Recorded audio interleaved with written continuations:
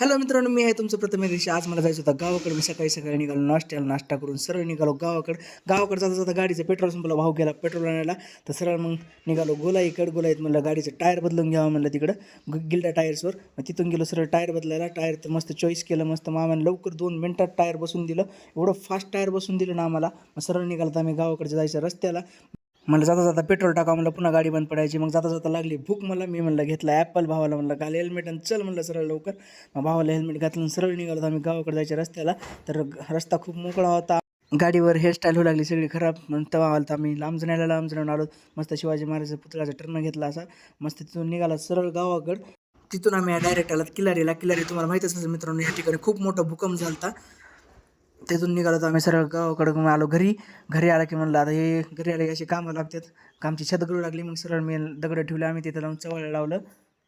चवळ लावून झाले आम्ही सरळ निघालो गणपती बघायला. चला म्हणलं गावाकडचे गणपती कसे कसे बसलेत बघा म्हणलं. गणपती बी खूप छान गावाकडं आमच्या भारी बसले होते. तर बाय बाय मित्रांनो.